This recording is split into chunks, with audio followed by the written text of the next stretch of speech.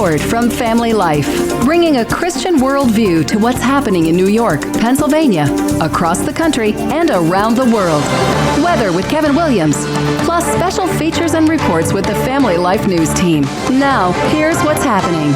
Wild weather makes for some tricky travel. Good afternoon. Thank you for joining us. I'm Mark Webster. The weather's actually pretty chill here in our listening area, but not so elsewhere. There's a tornado right there. I know. I told you. A Texas tornado, one of several warned storms there and in Louisiana last night. This homeowner says they could only pray and hit the deck. We were literally just on the floor just trying to take cover just in case anything was going to come in through the windows. This guy was operating a forklift when a twister approached. It was just a normal day, normal operations, placing pallets outside. All of a sudden, the roof gets sucked off of the forklift. A notification goes off on my phone. I'm like, okay, wow, there's a tornado coming. Weather Channel meteorologist Jim Cantori warns there could be more to come today. The area is about 3 to 4 times as large. All hazards in play. Big hail, damaging wind, and certainly tornadoes. Some of these could be very, very strong. Thankfully, no reports of injuries from any of yesterday's storms. However, the severe weather did ding a lot of folks' travel plans. Thousands of flight delays and cancellations yesterday. Already today, more than 2,200 delays, dozens of cancellations. This woman got stranded in Dallas. We have a connecting flight here from DFW to Tokyo for our second anniversary, and it's been delayed 12 times. But this grounded flyer in New York City didn't seem to mind at all. Delays make great adventures, and you never know who you're going to meet. CBS's Skylar Henry. Keep in mind, this is all happening at a time where more than 8 million people are expected to fly. By law, travelers are now entitled to a refund when an airline cancels their flight. You definitely want to check your flights on time before you head to the airport today, especially if it goes through a southern hub. Meteorologist Kevin Williams is tracking it all. He has your updated forecast later in this newscast. In North Carolina, they're still working to recover from the mighty blow struck by the remnants of Hurricane Helene. Much of the recovery has been spearheaded by nonprofit charities, such as Operation Anchor, dedicated to rebuilding lost and damaged homes there, including in the community of Green Mountain, North Carolina. All the destruction, house after house piled up. The small mountain town lost 27 homes, and they are desperate for help. Operation Anchor plans to continue rebuilding the community. Stephen Lambert, vice president of the group, says a 1,400 square foot home costs $42,000 for the foundation and shell. Supplies are being donated. Fox correspondent Dana Marie McNichol. Well, have any winter vacation plans? President Biden does. He's headed to the Caribbean. The president has taken this trip to St. Croix every year for the New Year's holiday. St. Croix in the U.S. Virgin Islands is a mere 84 square miles, where the first family is expected to relax and stay largely out of view. CBS's Linda Kenyon. For the tally books, President Biden spent 570 days on vacation during his term, nearly 40% of his days in office. What does your radio have in common with the House of Representatives? Well, they both need a speaker to function, and there's concern whether the House can pick one fast enough next month to avoid major disruption. Without one, the House is paralyzed. It can't swear in members, it can't pass legislation, and here's the kicker. It cannot certify the results of the Electoral College on January 6th. Fox correspondent Madeline Rivera. New York Congresswoman Claudia Tenney is backing current Speaker Mike Johnson. This is going to be a very slim majority, and we do not want to go through the speaker battle that we went through with Kevin McCarthy. I think Mike is going to have a real challenge. I think he's the right man for the job. I really think that we've got to come together. The House is back in session on January 3rd. That's just a week from today. Among the top agenda items for the incoming Trump administration, border security and deporting those who've illegally entered the U.S. His Borders Are says protecting kids is the main driver behind the expected zero-tolerance border policy. Tom Homan says the Biden administration put thousands of kids at risk with lax border enforcement. What they did is harming hundreds of thousands of children. And I tell you right now, some of these children we're never going to find. The Department of Homeland Security Office of Inspector General reported that at least 300,000 migrant children basically disappeared off the radar during the Biden-Harris administration. Many, they suspect, were sold into human trafficking. To the Middle East, Israel strikes multiple targets in Yemen. Israeli airstrikes targeted Yemen's international airport, power stations and ports in a region controlled by the Houthis, a Yemeni militant group backed by Iran. Correspondent Holly Williams. NATO's calling for an investigation into the crash of an Azerbaijani passenger jet that went down in Kazakhstan in what appears to be a case of wayward Russian anti-aircraft fire. 4 sources in Azerbaijan with knowledge of the investigation told Reuters that the flight was downed by a Russian air defense system. Experts were quickly concerned after seeing the damage, particularly the holes in the plane's tail section, which could indicate that it came under fire from Russia. Correspondent Stephanie Bennett, 38 passengers died, 29 survived. Back in the U.S., the first severe case of bird flu in the country is now showing mutations. The CDC says the patient's samples show mutations affecting the way it attaches to host cells, something not seen in the infected flock of backyard birds on that patient's property. Holiday spending up this year. According to MasterCard's Spending Pulse data, retail holiday sales jumped 3.8% from 2023, blowing past expectations. Of course, not every gift winds up being just right. You thought those lines were bad for buying stuff for Christmas? What about the lines for returning stuff? 20% of the people who return something will actually wind up spending more money. Business reporter Jeff Locke. Still to come on the Noon Report, reacting to New York's so-called Climate Change Superfund Act, more reaction to President Biden's flurry of pardons, and an update for America's first superhighway. Good afternoon. I'm Kevin Williams, heading into the weekend with the prospects for some milder air, but eventually some rain. We'll have forecast details coming up in 10. All right, thank you, Kevin. Now checking the stories making news where you live in New York and Pennsylvania. New York Governor Kathy Hochul has signed into law what's called the Climate Change Superfund Act. It requires fossil fuel companies to pay billions if it's deemed they generate greenhouse gases with their products, with the cash aimed at repairing damage from so-called climate change. They are going to attempt to assess among mainly gas companies and oil companies between the years 2000 and 2018 an assessment of monies for their alleged damage to the environment. Assemblyman Angelo Morinello represents parts of Niagara and Erie counties in New York and voted against it, saying lawsuits will far outweigh any cash the fund creates to fix the damage. Let me talk as an attorney, of which I am. How do you go back that far to assess a company?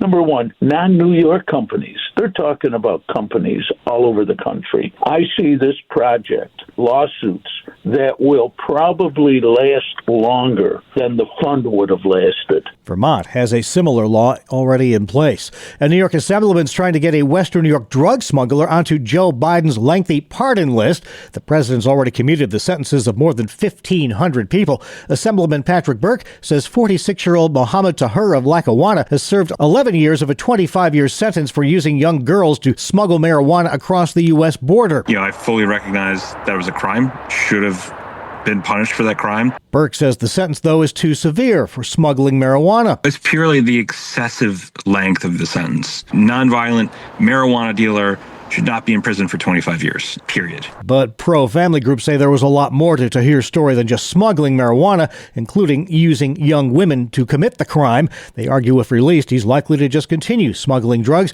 Burke's already written a letter, though, to President Biden asking for the man's sentence to be commuted. He's awaiting a response with weeks to go until Biden is out of office. Dicey moments at a couple of Western New York shopping centers last night. The mall at Greece Ridge shut down early after police were called to clear out large groups of disorderly teens and young adults. Once outside the mall, some of those groups then started to fight, and 2 16-year-olds were taken into custody. No stores were damaged, no injuries reported. And police also swept another frequent target of such groups, Walden Galleria in Cheektowaga, New York. Both malls have youth curfew and escort policies in place after dealing with large and unruly crowds in previous years, often right after Christmas.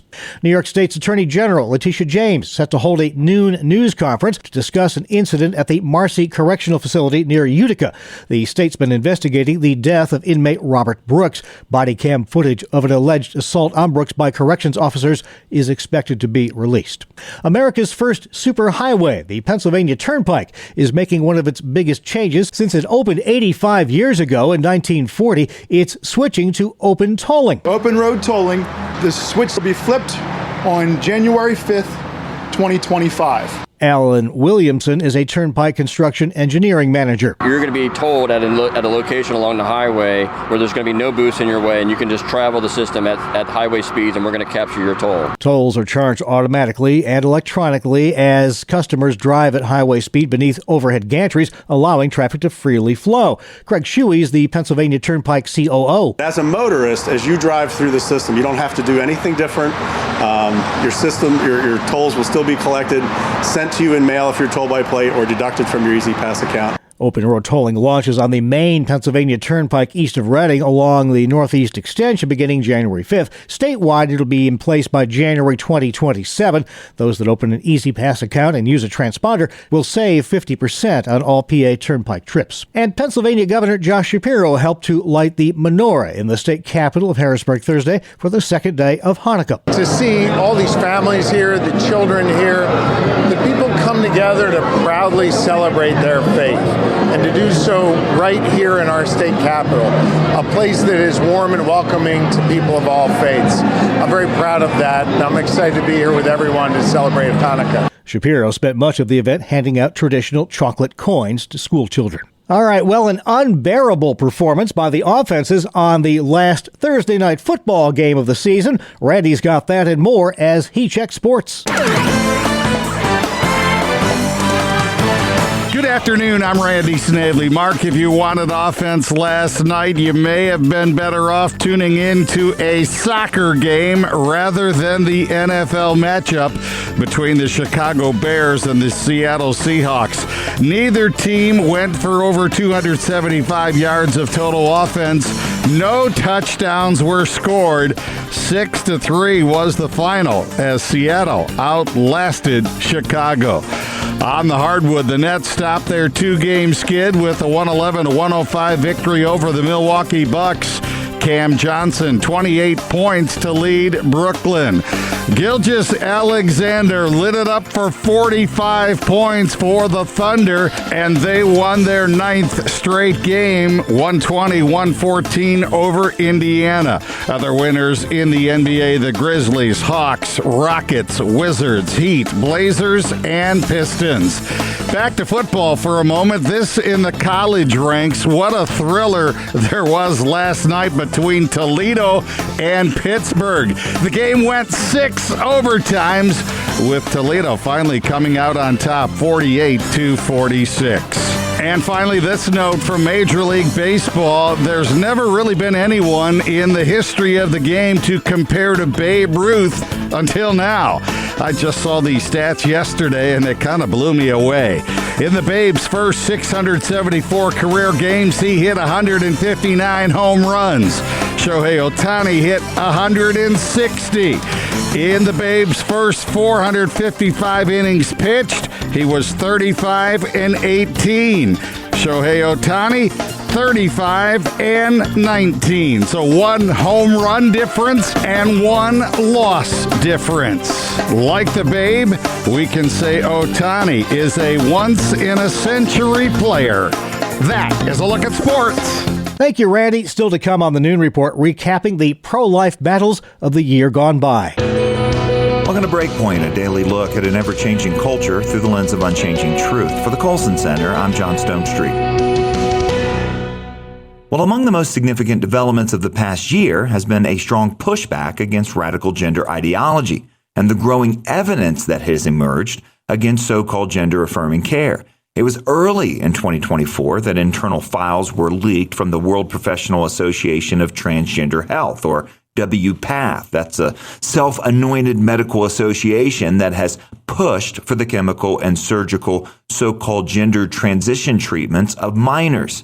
For years, clinical, political, and pop culture activists cited WPATH in order to claim that the science on so-called gender-affirming care has been settled and that social, chemical, and surgical transition interventions are safe, reversible, and life-saving. Well, the leaked files from WPATH revealed a much different and far more damning story. Far from being settled science, these so-called treatments were known to be experimental and also known to lead to painful complications, including life-threatening conditions like cancer. In one leaked video, a leading WPATH doctor admitted that a minor could not fully understand the implications of treatment, especially when it comes to his or her future fertility. In other words, this pseudoscience was being pushed on minors who were unable to grant actual consent. And then a few weeks later, the UK's National Health Service released an almost 400-page report on the state of, and I quote here, gender identity services for children and young people.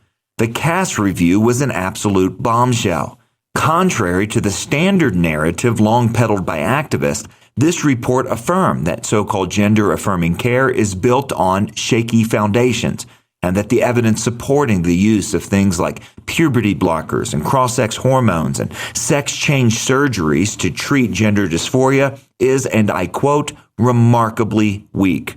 For example, according to the report, most of the studies that are cited in support of social, chemical, or surgical so-called transition lack the quality required to reliably and safely guide clinicians and families in caring for gender dysphoric young people. Much was also learned in 2024 about the comorbidities that often accompany gender confusion.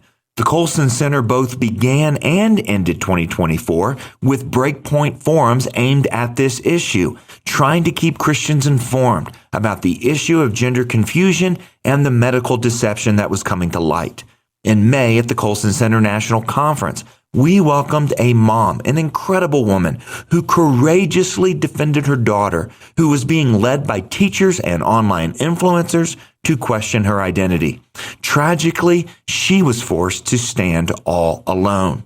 We asked her to tell that story so that other Christians would be inspired to always stand with courageous truth tellers, especially parents defending their children. That's what it means for us today to be the church. And with God's help, we will continue to equip Christians to face all of these tough issues in 2025 and beyond. We are so close to reaching our year-end goal, and the challenge grant that was provided by generous donors has not only been met, it's been extended by another $100,000 by more generous donors. Praise God. Please help us today by giving at colsoncenter.org/December. That's colsoncenter.org/December. For the Colson Center, I'm John Stonestreet with Breakpoint. All right, that brings us to a check of the forecast. Here's meteorologist Kevin Williams. Good afternoon. Here is your Family Life regional weather forecast for this afternoon. Skies will vary quite a bit from fairly cloudy to fairly sunny. High temps mid-30s to mid-40s. Tonight turns out cloudy. A little rain moving in late tonight. It could freeze in a few spots. Low temps 30s. Tomorrow, a little freezing rain early on the I-81 corridor. Otherwise, cloudy with a touch of rain, just a touch. Milder tomorrow, high in the 40s. We're in the 50s on Sunday, breezy with numerous showers across the area through the day and night. Thank you very much, Kevin. This is the Noon Report on Family Life. I'm Mark Webster. Thank you again for joining us. Up next, we have a look back at what 2024 brought on the front lines of the battle between abortion supporters and the pro-life movement with Family Life's Greg Gillespie.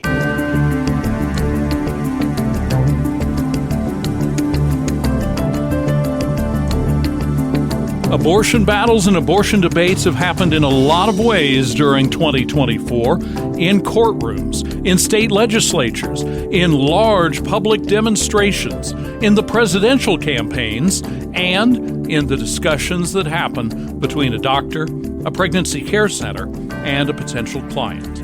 In this special Family Life news feature, we bring you some of the conversations we have had over the last year by people who have been on the front lines in the battle to save unborn babies and protect the women who are carrying them. In the state of New York, it's extremely easy to be an abortion provider. The state's 2024 fiscal year budget allocated over $100 million for increasing abortion providing services.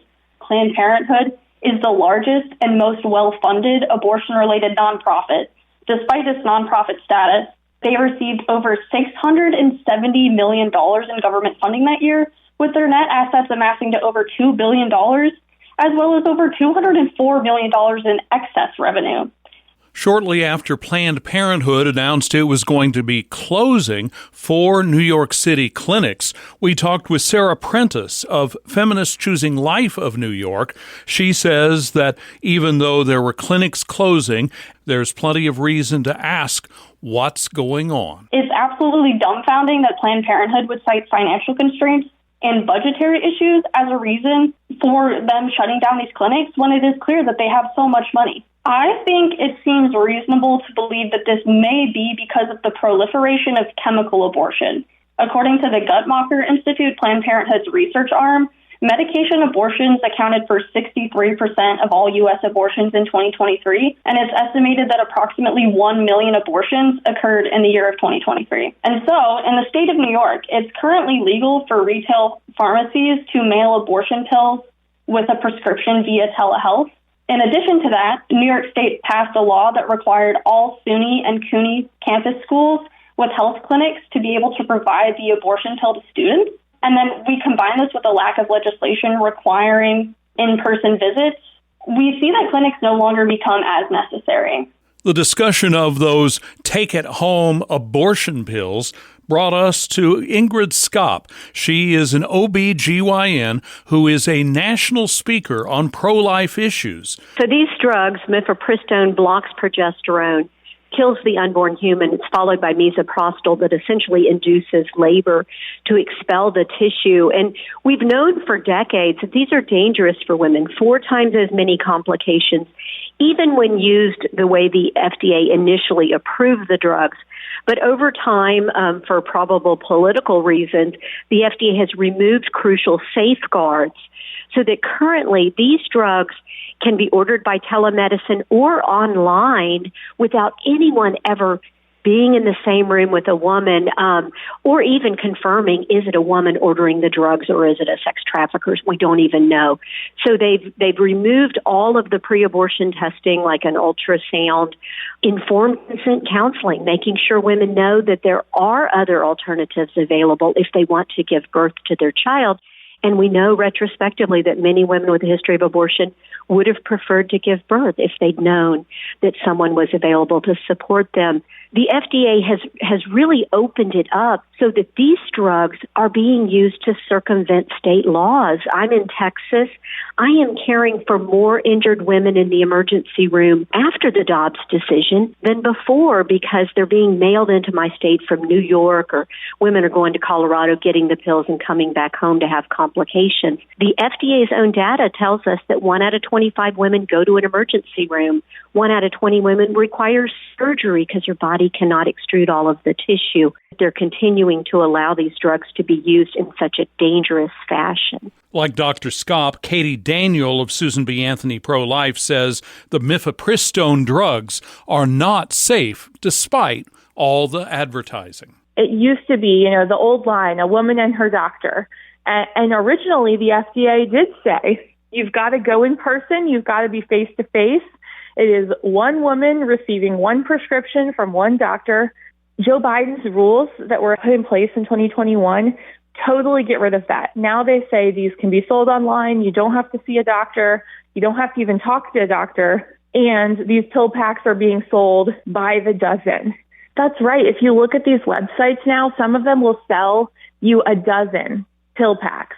Who needs a dozen pill packs other than a human trafficker? As we continue our review of some of our interviews about the setbacks and progress in the pro-life movement during 2024, we talk with Katie Daniel. She is the Director of Legal Affairs for Susan B. Anthony Pro-Life, and earlier this year she told us about the uniqueness of the changes in FDA regulations that allow these pills that are causing some problems to go out mail order. Well, certainly the FDA's regulations go against many state laws, dozens of state laws, even in very liberal states. We talk about things like parental consent, like a patient giving informed consent, a woman understanding what the risks are and agreeing to take those on. None of that's happening. So, I think the focus has really been on Washington, D.C., but this flies in the face of our state regulatory systems around health and safety when the FDA says, go ahead and sell these drugs online if a woman has a problem, and we expect that 1 in 25 will, she can go to the emergency room. Women are being harmed by this in all 50 states. We've created a website called abortiondrugfacts.com. So I'd encourage your listeners to go check that out, especially if you're a parent, if you've got young people in your life. I'm not as young as Gen Z and Gen Alpha, but, they were raised online. And so if they're told you can get this online, they need to be told that's not a good thing. And so I think it's incredibly important to have the conversation, first of all, and say, if you find yourself pregnant, I'm here for you. I will help you. I will walk with you and your baby. But also to say, don't buy these drugs online.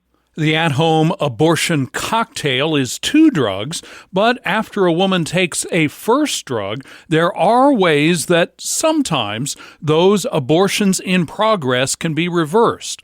But the Attorney General of New York State, Letitia James, sued some pregnancy resource centers, saying they should not talk about these abortion reversal treatments.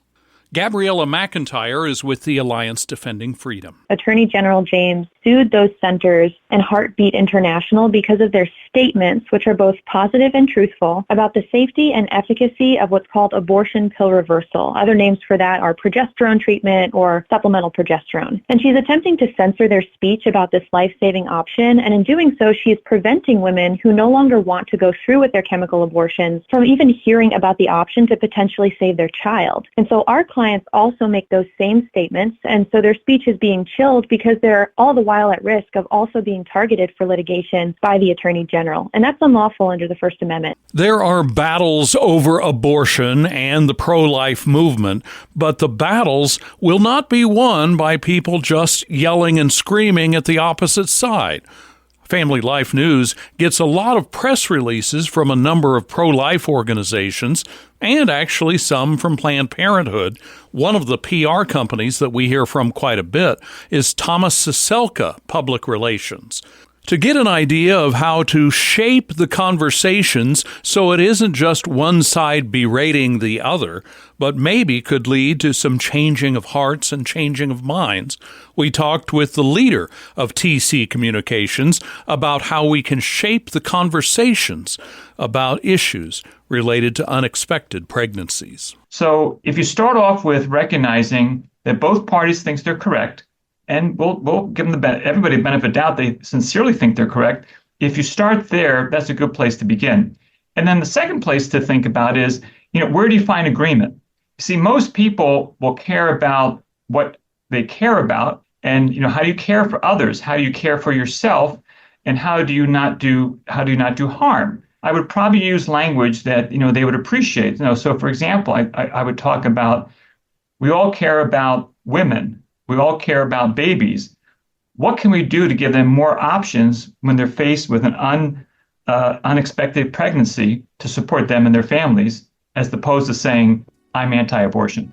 Ever since the Supreme Court ruled there is no right to abortion, at least not in the U.S. Constitution, the battles between pro-life and pro-abortion forces are playing out their conversations and their legal battles, all 50 states.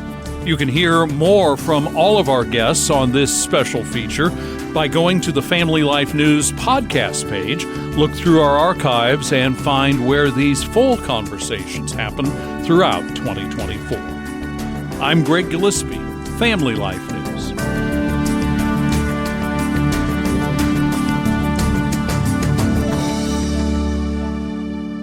All right, thank you very much, Greg. You can catch every one of Family Life's noon features online anytime at familylife.org. Just ahead, what do you think the top baby names for 2024 were? We'll find out. Good afternoon. Here is your Family Life regional weather forecast. High pressure on the weather map will keep our weather quiet today, but a developing disturbance off into the heartland will come east with milder air and rain for the weekend. The call for this afternoon, we'll call it partly sunny. Skies will vary quite a bit from fairly cloudy to fairly sunny, though. High temps, mid-30s to mid-40s. Tonight, it turns out cloudy. Be a little rain moving in late tonight. It could freeze in a few spots, low temps, 30s. Tomorrow, a little freezing rain early on the I-81 corridor. Otherwise, cloudy with a touch of rain, just a touch. Milder tomorrow, high in the 40s. We're in the 50s on Sunday, breezy with numerous showers across the area through the day and night. Thank you very much, Kevin. Well, finally at noon, any guesses on the top baby names from 2024?